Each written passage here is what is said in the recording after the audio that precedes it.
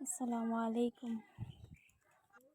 এত কুয়াশা পড়ছে, মানে কিছুই দেখা যাচ্ছে না কুয়াশার জন্য।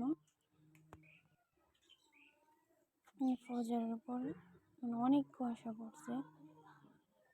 কালটা আসলেই ভালো লাগে অনেক। এই দিক দিয়ে শাক সবজি ক্ষেত করছে আমার বাবা, অনেক জাতের সবজি। কিছু হয়ে গেছে, আবার কিছু আর বীজ বুনছে, আবার হইবে। এটাই তো। সকাল সকাল চা বসিয়ে নিলাম। চা এই তো ফাইনালি হয়ে যেতেছে। আর একটু তারপর ফ্লাক্সের মধ্যে রেখে দেবো, সবাই খেয়ে নিব একসাথে। প্রতিনিয়তই সকালবেলায় এরকম সকাল সন্ধ্যায় চা করতে হয়।